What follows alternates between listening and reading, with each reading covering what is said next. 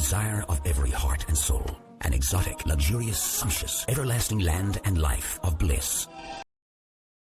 Is it true a believer's sins are forgiven at the time of death?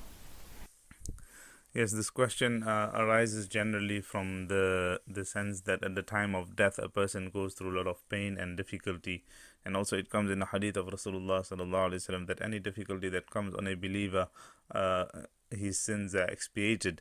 But at the same time, these are the minor sins that are expiated. For major sins, a person needs to be to make tawbah, and a person needs to ask Allah subhanahu wa ta'ala sincerely for forgiveness.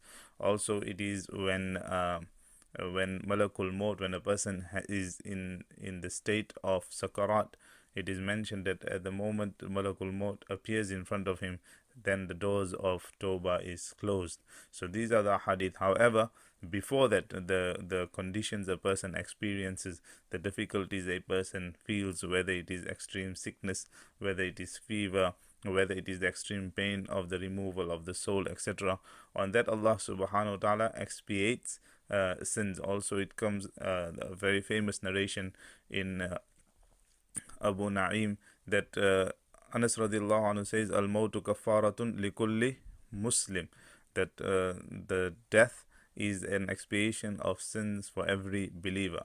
Ulama say this is minor sins, because with major sins we come to know from other ahadith that tawbah is a necessity and a condition.